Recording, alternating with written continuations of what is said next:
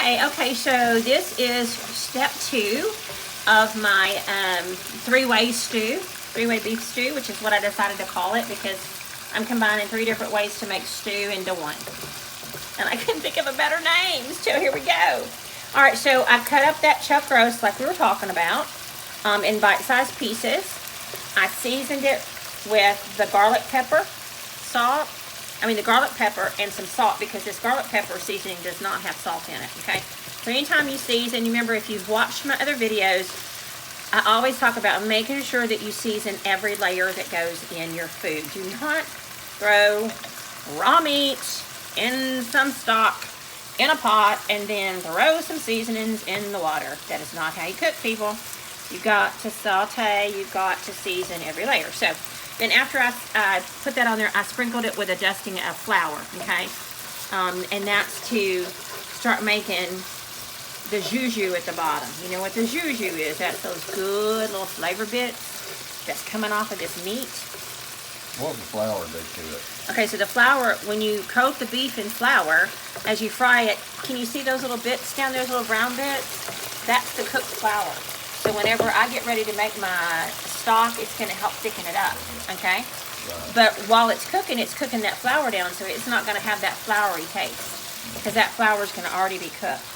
So you can see in my pressure cooker pot over here, I already have the first thing of beef that's already cooked. You don't want to crowd your pan when you're cooking because you want every piece of that beef to get good and brown. Now, I am not trying to cook this beef all the way through because it's going to cook in the juice. And I'm going to use a pressure cooker today to really get that meat tender because time is ticking away from me. It's late in the afternoon and I have to go back and take call again at 5. So I want to get this meal done so that my family can eat tonight. And if I cook it like I normally do, just in a big pot and simmer it, it's going to take 4 or 5 hours. So I'm going to get everything ready and put it in my pressure cooker and then let it cook down. So, okay, so this meat is about as brown as I want it. So I'm going to take it out and put it over here with the rest of the brown beef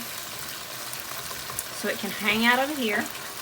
And the next thing we're going to do, I've got my chopped onions and peppers and all that good stuff over here ready to go in. And so as soon as I get this beef out of here, I am not going to turn this fire down. I've got it on, it's on high now actually, and it should be on medium high. So I'm going to crank it down a little bit. Sorry for that. I was wondering why it was spitting out of there. It should be on medium high, but it's alright. Letting the thing.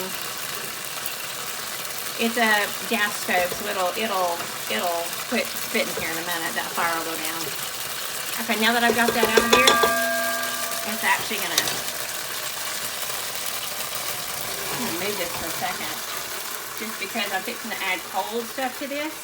And if you add cold stuff to this really hot pot, you better back up. And you fixing to get sprinkled. Okay? That's the stuff in the bottom. That's the jujube. That's the jujube. That's all, you see that coming up? That's all those good seasonings that are browned. That's those little bitty crumbly bits of beef. That's a good taste and stuff. That's where the flavor comes from right there. That's the jujube. That's the jujube. Okay? Back up, baby. I don't want you to get sizzled. Okay? So all of this is going in. And if this is too many vegetables for you people, then just don't put as much in, you know?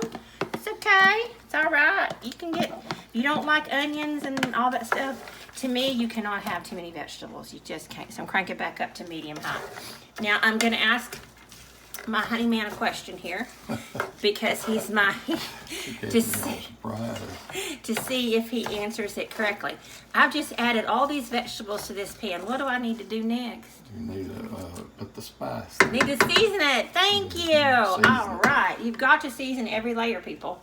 So this garlic pepper is going in. It's got garlic, pepper, dried bell peppers, and I know we're putting it on top of bell peppers. You just can't have too much flavor in food, people.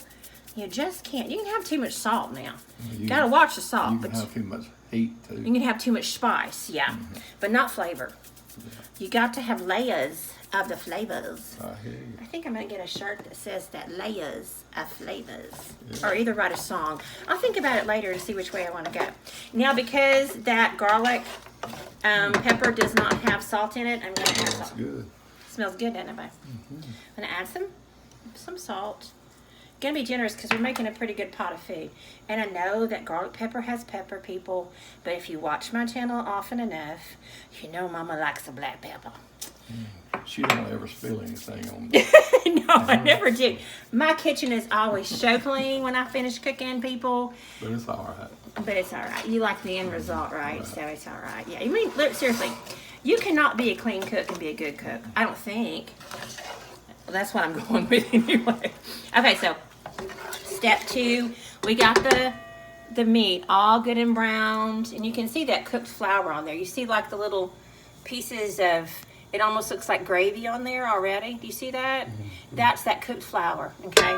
So this is gonna come back to a good hot, because these were frozen veggies. Some of them were frozen that I used, so it's gonna take a while to cook. So this next step is browning down all these vegetables. People call them sauteing. People say, you know, you cook them until they are translucent. All these big cooking, you're just gonna cook them until they're cooked. Okay, not brown, not burnt, but cooked and soft and wilted. And then we are going to add all this to this crock pot, and then we're going to deglaze this pan. I'm going to put a little bit of, you know what I forgot that I need to put in this? People, a little bit of tomato paste. I'm going to have to get some out of the refrigerator. A little bit of tomato paste. I'm going to add in here and get all that juju going, and then we're going to put that in there. Then we're going to deglaze this pan with some beef stock and our beer, okay? And then we're gonna get everything going and put it in the crock pot, not the crock pot, I'm sorry, my pressure cooker, because I don't have time for crock pot today. And so this is step 2. Be back with step 3 in a little bit. Bye.